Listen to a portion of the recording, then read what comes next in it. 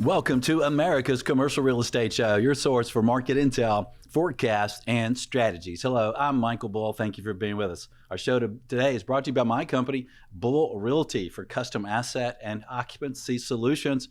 Reach out to me at bullrealty.com or directly to my email. It's an easy one, michael@bullrealty.com. Well, we have a great show for you today. I'm always excited when I have Casey Conway here in Studio One, the esteemed economist, commercial real estate background, Fed background, just incredible knowledge. Casey, thanks for joining us today. Thank you, Michael. I can tell you, I really recommend that your sponsor. Good company. Thank you very much. Appreciate that.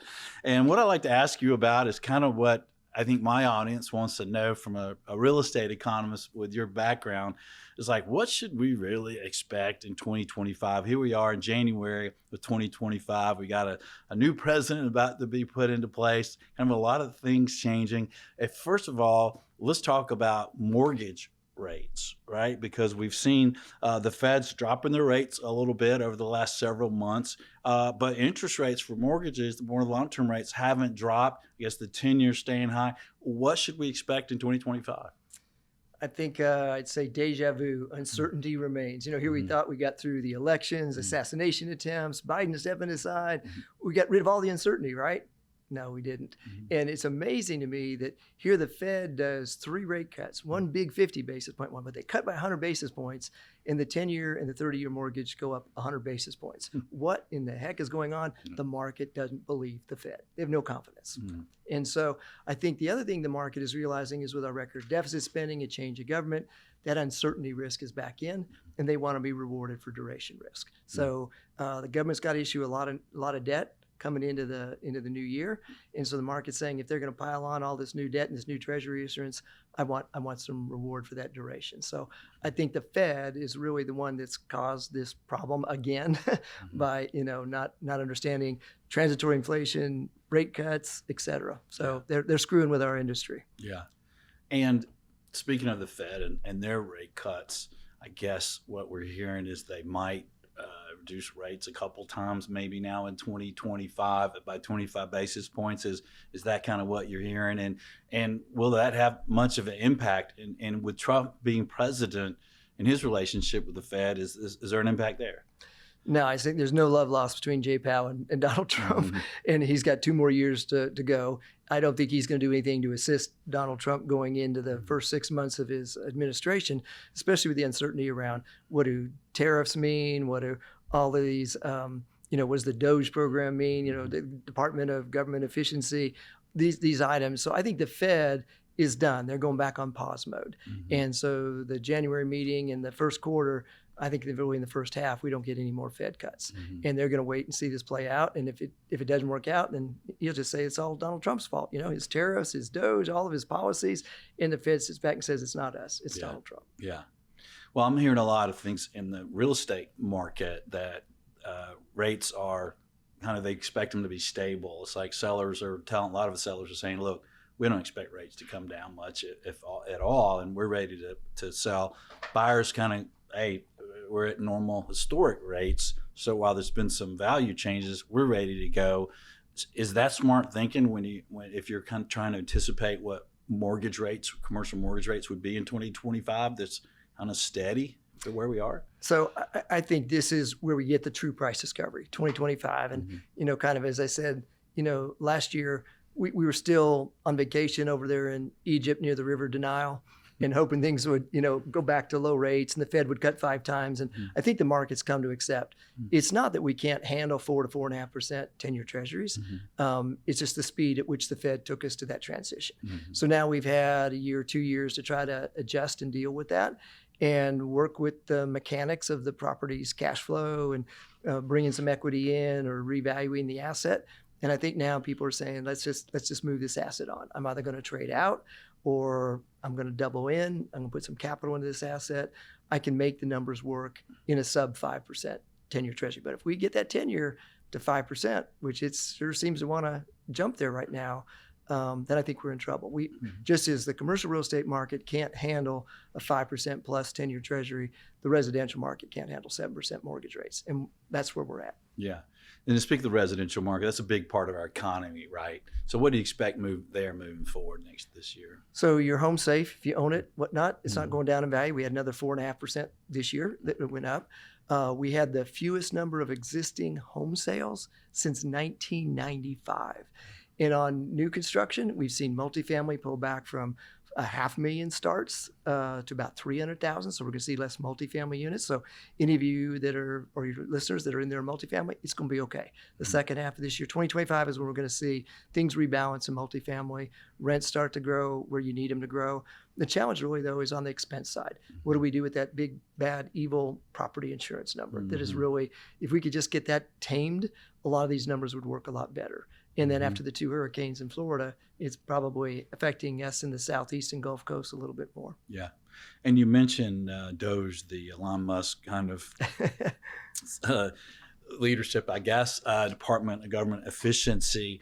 What do you expect there, and how does that relate to the federal government raising the efficiency amounts, and what could it do to the economy if the government starts pulling back?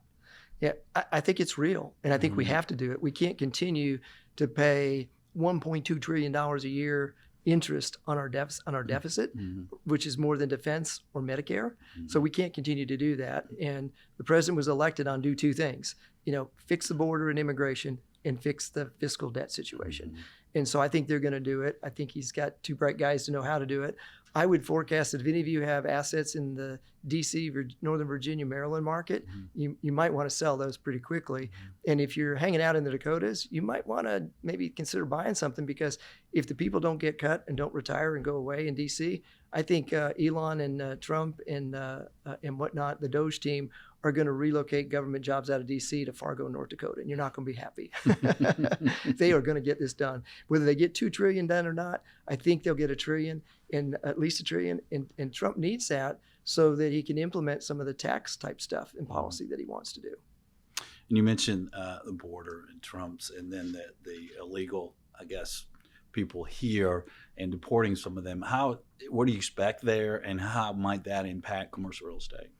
So it's going to be real. There's 2 million. They've already identified them where they are and where they're going to go get them, whether they're, in Aurora, Colorado, or parts of Atlanta here, or in New York City. They know where they are. They know the neighborhoods, and they're going to get them. And they're already, have plans to have within 90 days, temporary encampments done to get them out. They're already talking to, leaders in Latin and South America on taking these back and what to do with them. So I think there are at least 2 million that will go pretty quickly. Do we do 20 million? I don't know. I think there's more heavy talk, and there's more, I got to show that I took care of the real bad problem. I'm going to get rid of the thugs and the criminals and the deplorables that shouldn't have been here. And that's about 2 million. I think they'll get them out of there. And what that means for our economy, if everybody thinks that, wow, it's going to devastate and cause inflation because we won't have workers. Any of you, had a real checkout person at a retail place recently? Any of you had a real person you spoke to at a parking lot attendant thing? Look at hospitality. They even have robots in hotels that are at night roaming, doing the vacuuming in the hallways, and trying out, robots to do maid service. So we're automating a lot of the labor that we used to think we had to immigrate, including the agricultural. So I don't think it's going to have a devastating effect on wages and whatnot. And you mentioned tax cuts, and they know that's music to the ears of our listeners and viewers. What do you expect with Trump? So I think, he's a real estate guy. He understands our industry. I think he's gonna work to see that there's things that affect us. And I think that on the working class, if you look at his Trump 1.0 period, a lot of his cuts benefited the working class. It wasn't just billionaires and millionaires or whatnot. But he understands, if you have growth, like Reagan said, right? If I can have more transactions occur and collect something, that's a whole lot better than very few transactions and collecting nothing. And so I think he understands, if I collect a little bit less on each transaction, but have more transactions, I fix some of the deficit things. And I think he understands that very well.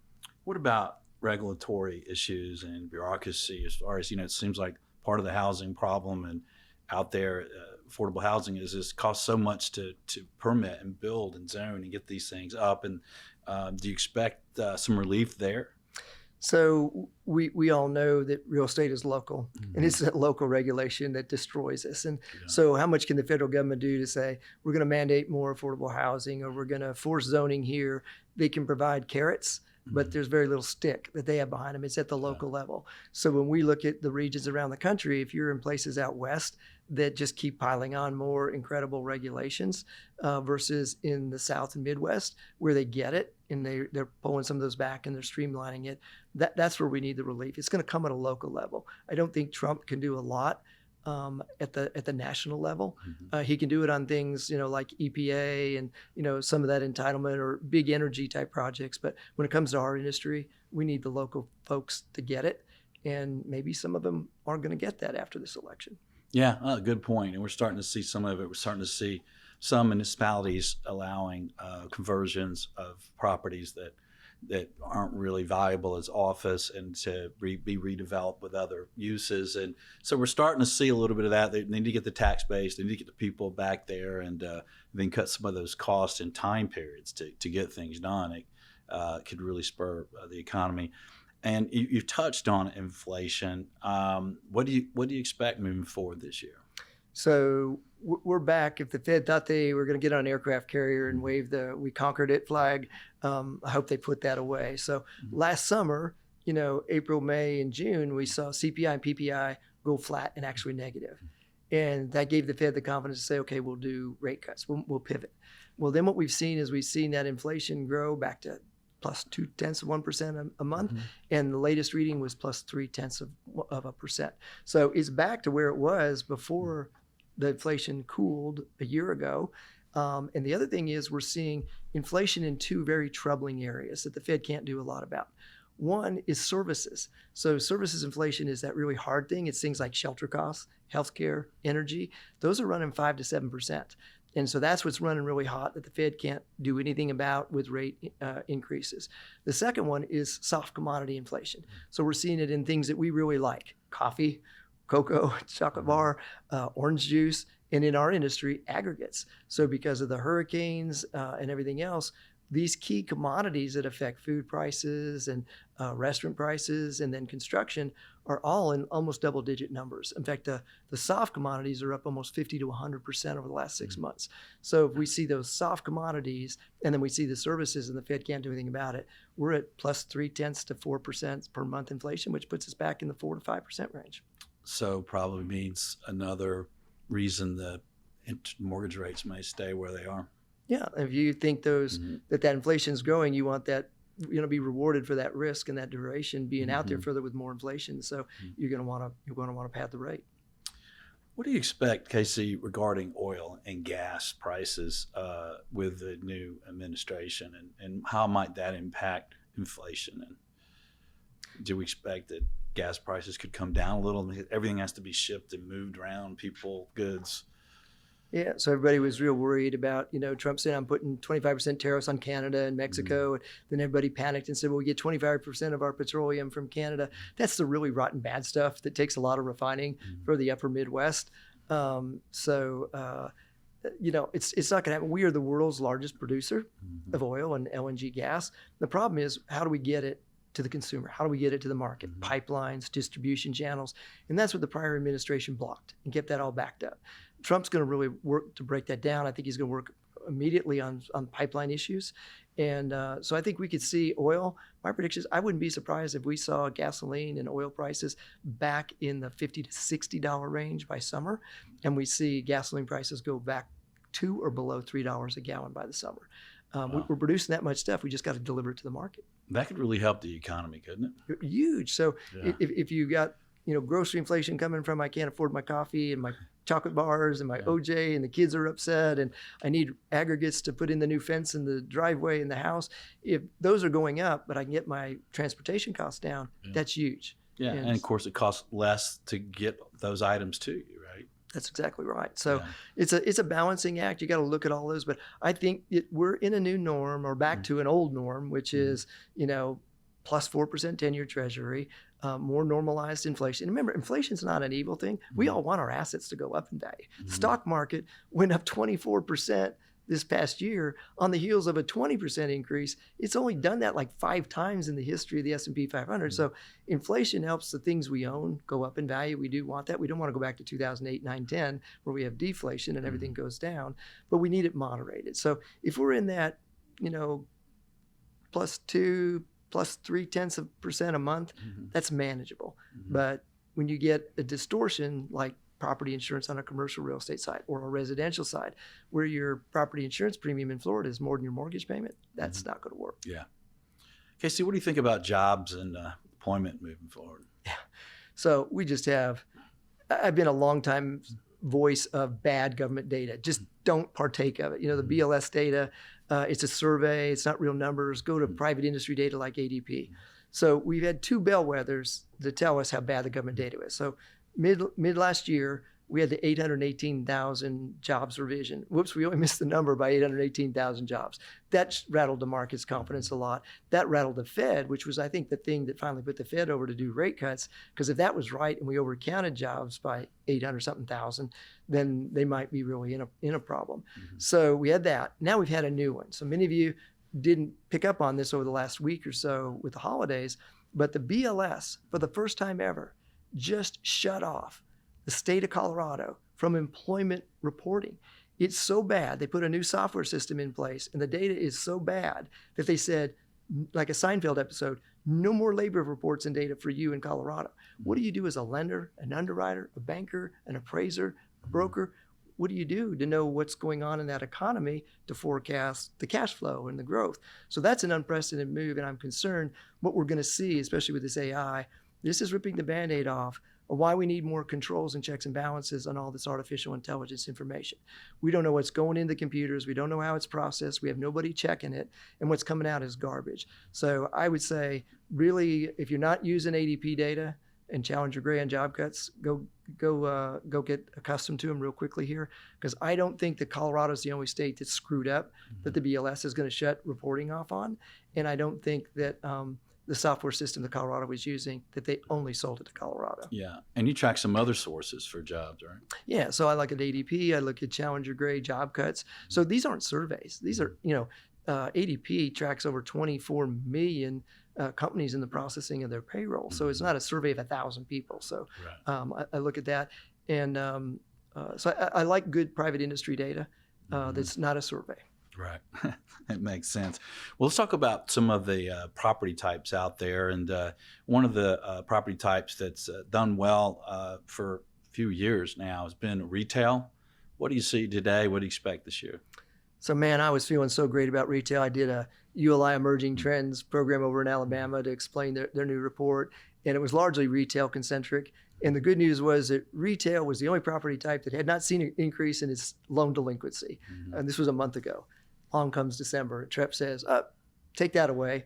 And they just saw a 50 basis point increase back up to almost 7%. So it had been in a 6.5% range up to 7%. And I think what's driving that is what I've labeled the small box apocalypse. The drugstores, the dollar discount stores, the closing of casual dining restaurants, the bankruptcies of the Red Lobsters and everybody else, and branch banks. So we have all of these 10 to 15,000 square foot boxes in really good locations that are closing, and we've got to repurpose them. And those loans and things that were, look at a Walgreens, it was an investment grade credit, and now it's not. And now they're going to close, 1,000, 2,000 stores. We'll get their earnings here next week.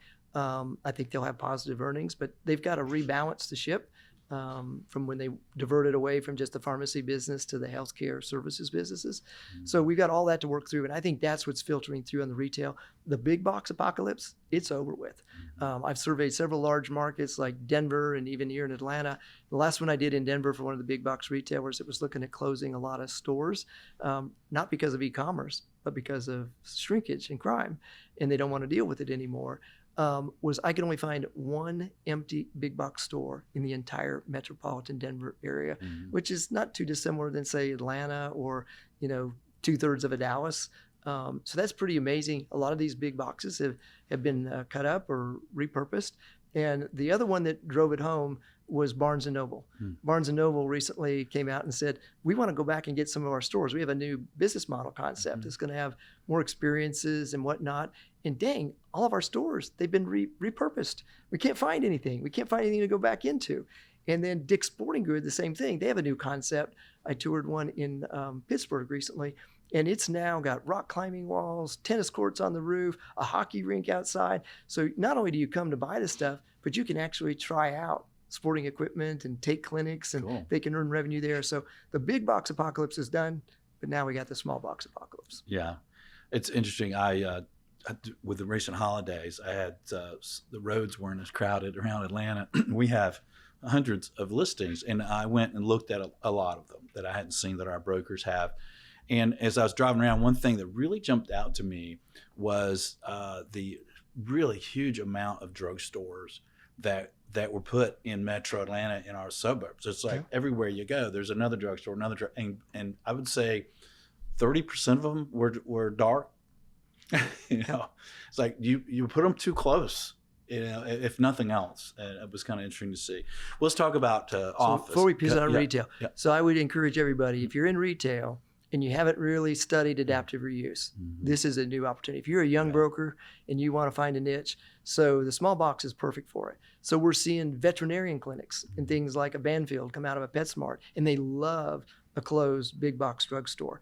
We're seeing even entities like BP put in recharging stations in a convenience store to do fast speed recharging. So adaptive reuse in a lot of this small box apocalypse is a really great opportunity for brokers right now. Yeah, I agree. And sometimes they're good corners, and they're in good sites, and they're good real estate, right? Let's talk about office, because it's really been the property type that's been hit the really hardest with all the work from home and the COVID, and then the rapid rate and increases in the Fed's rate and mortgage rates. But now we're seeing a big push back to work. A lot of the big companies now are trying to get their people back. Some of the employees are realizing they'd like to be back, even though they're getting lonely, and then a lot of the employers realizing it really the hit on the culture and innovation. But the office market is still in most areas, especially for B and C's, it's still really hurting. What do you see? What do you expect moving forward? So I'm still a doubting Thomas that we're not going back to work. We might go back 3 days a week, but we are not going back to 5 days a week. I don't have an office. I will never go back to an office. I will never commute to downtown Atlanta, Buckhead, Atlanta. I will never do that again. And I like my remote work. My remote office is a Delta Crown room at the airport, somewhere in the United States. That's my new one. I'll pay a premium for it. And the fees are going up and the restrictions are going up. I'll give you the best indicator that the remote work, though, may be coming to an end, at least for one industry, the financial services industry. FINRA, which is the Financial Institutions Regulatory Agency that oversees all the banks, recently sent a notice out to all the banks that they are going to require them to start doing security audits of all employees that are working remote, handling sensitive or confidential financial information. Do they really want to go to thousands of homes and be doing security assessments on your home office and what's going on there and how you're handling Who data? else is there? Yeah, and where's who's looking at the screen? Yeah, where's the flash drive? Your cat ate it, right? Somebody took it away. It's in the litter box. So I think at least in the financial services industry, this remote work is going to get reined in. But I think on other stuff, technology, whatnot, they're not. I've got 2 millennial daughters. I survey a lot of millennials when I travel and ask them about the remote work. And they look at me like I'm some creature from the swamp that they're going to put back in the swamp. They are not going back to work. They want to be in a couple or 3 days. They do want to have social interaction. They'd rather do it at a conference. They'd rather do it at an event, at a hotel, where they're being wined and dined and spoiled. But they don't want to do it in an office building or a cubicle. They're never going back there. Yeah, well, we'll see. I think I'm at the other school of thought. I love working in an office. I couldn't stand working at home, and I have a nice home and a nice place. And some people ask me how I'd ever leave it. It's on the lake. And they're like, how do you ever leave here and go to work? Because I want to be around people. I enjoy the being around the people and the impact there. Well, you just need to go through Hartsfield Airport a few more times, and you don't want to be around people. It's of all the places I fly, it's the worst airport I fly. Yeah. Let's talk about new supply, because you've talked about it in a few property types, and it seems like new supply in multifamily and of course in office and a lot of property types has been really low, and it continues to be low. What do you expect moving forward and the impact there? So let's start and use retail as an example. We didn't build retail for 10 or 15 years because of the big box apocalypse and what was happening in malls. And now we can't find any of it, and it's expensive to build. So we're looking at adaptive reuse. So retail, we're seeing the recovery in retail. And believe it or not, we have below a 5% vacancy rate nationwide in retail. Could you ever imagine 3, 4, 5 years ago, we would be saying below 5% vacancy? It was called dead, right? Yeah. Retail's over. It's dead, yeah. It's all online. Anytime someone says something's dead, that's when we know it's about ready to turn around, right? So retail is a good example of when you pronounce something dead, it comes back. So no construction. Now everybody's clamoring around to figure out, do they do something adaptive reuse? Let's look at office. We're not going to build much office for a long time. We're going to have to figure out what to do with it or where to put it. I think it's more favoring a suburban model, that we'll see construction on office more in a suburban setting than we will in urban. I don't think many people want to, just look at the recent events, in New Orleans and New York and everything else. Do we really want to get on subways and crowded transportation systems and go into urban centers? We'd rather be in the suburbs. And if we need to go into the urban center, we can, but we don't be forced there. So not much construction coming on the office side. On industrial, we're working through the overhang. So a lot of markets had overbuilt the spec side because of COVID. And so in many markets, we had, 10 to 20 excess spec, 500,000 to 1 million square foot big box buildings. And that really weighed heavy last year. Rents down, cap rates rising. It was really a buyer's market. That's turned.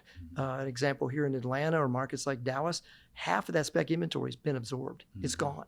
And the tenants, the occupiers, realize that they better snap up what's there now, because if they don't and they miss the opportunity, it's going to be 2+ years to get a new building, and it's going to cost 25% more. So don't fight for a 6 or 7 cap rate. In fact, we just saw a 4.5% cap rate on an industrial portfolio in Miami transpire. Nice. Really nice, great situation was sitting there.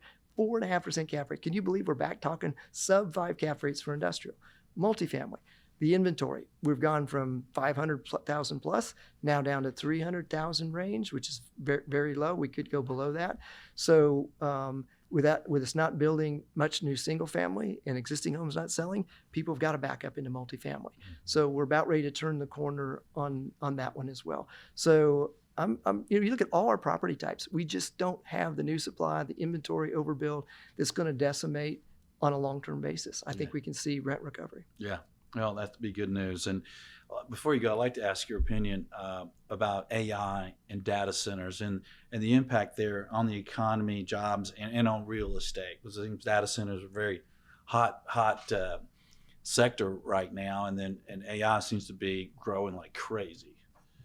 So the 3 big things I'd focus on AI. Number 1, the major utility companies across the country have all come out and casually said, we're about 2 years away from electricity rationing. Who's going to get it and who's not? So when you look at the growth, what AI is consuming in electricity in the last 5 years is more than the amount of new electricity demand that we had coming out of World War II until the 1970s. So it's massive. We can't build new utility plants. Even if Trump approves all the coal plants, we still can't build them quick enough. Here in Georgia, we're the only ones that still build nuclear power plants and go broke doing it. So we're approaching a point of capacity in electricity. Who's going to get the juice and who's not?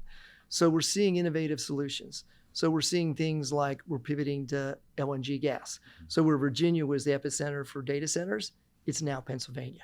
They got the shale, they got the fracking, they've got the LNG gas. So you can use LNG gas and put portable, short-term, smaller LNG electricity generating packages together to fuel that. We're also experimenting with small nuclear power plants to do these business parks and data centers. So we're seeing a lot of innovation on solving that utility cost problem and supply problem. And I think the third thing that we need to look at on the AI is we're seeing local government, again, this is where Trump can't fix this, it's local government. Local governments are saying no to data centers. We just had one here in suburban Atlanta out in Douglasville where they said, no, it's not about truck traffic, but we think it's affecting our cell phone signals and whatnot. We think that it's distorting all kinds of things around us that we don't want. And so you're seeing a local government kind of operating off disinformation, starting to turn down data centers. You say, how could that happen? I mean, Look what you've been to a local county commission or planning and zoning hearing, and it's local people that don't understand a lot about what they're voting on and how it affects. I do a lot of rock quarry stuff. So I hear all the time from rock quarries, oh my God, there's going to be rocks blasting through the air and there's going to be all this bad air and I'm going to get lung disease. And they have no idea how a rock quarry operates today. That it's a 1 or 2 second blast, maybe 2 times a month, that has the effect of a car door slamming. That there's no flying rocks, that they have mats that go over it. They don't do the same type of blasting. The air quality is really good.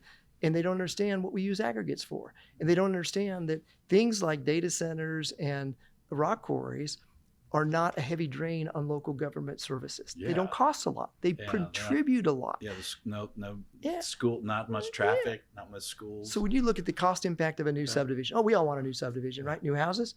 Well, you only recover 85% of the cost of servicing that house and subdivision from the property taxes. Yeah. So that 15% hole, it's got to be made up by somebody else. So we used to do it in our counties, like here in Atlanta. Gwinnett, Cobb did a great job of diversifying with commercial.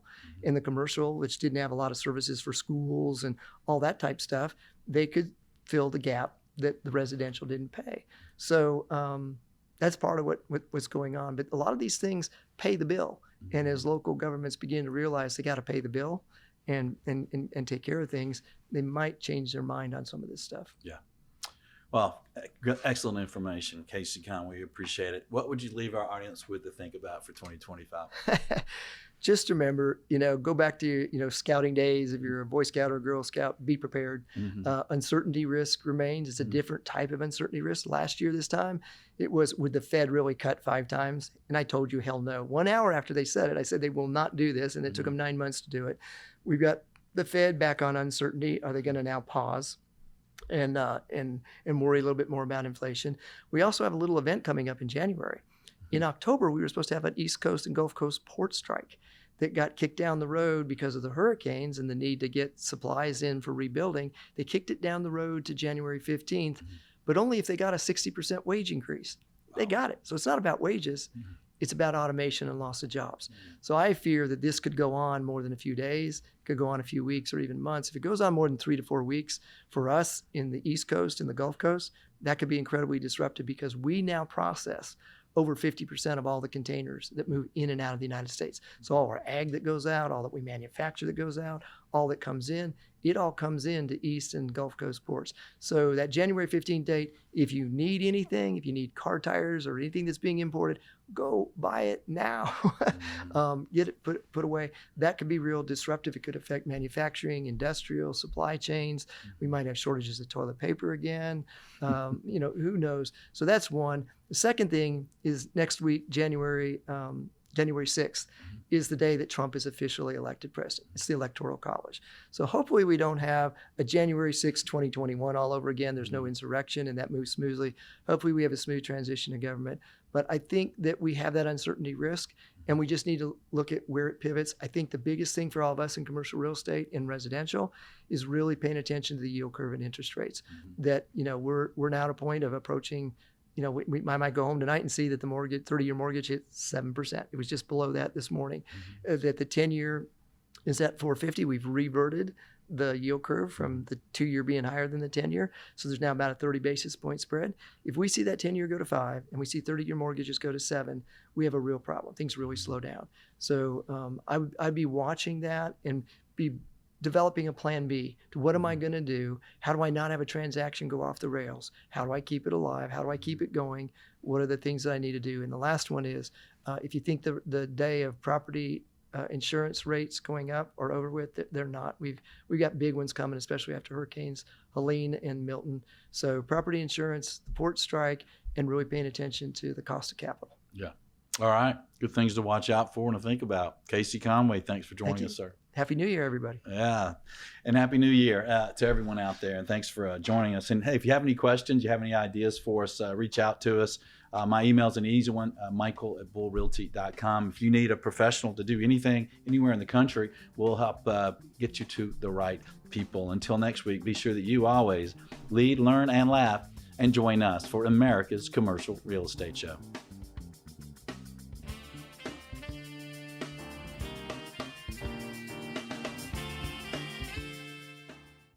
America's Commercial Real Estate Show is brought to you by Bull Realty, commercial real estate sales, leasing, and advisory services. Visit bullrealty.com or reach out to me directly. My email is michael@bullrealty.com.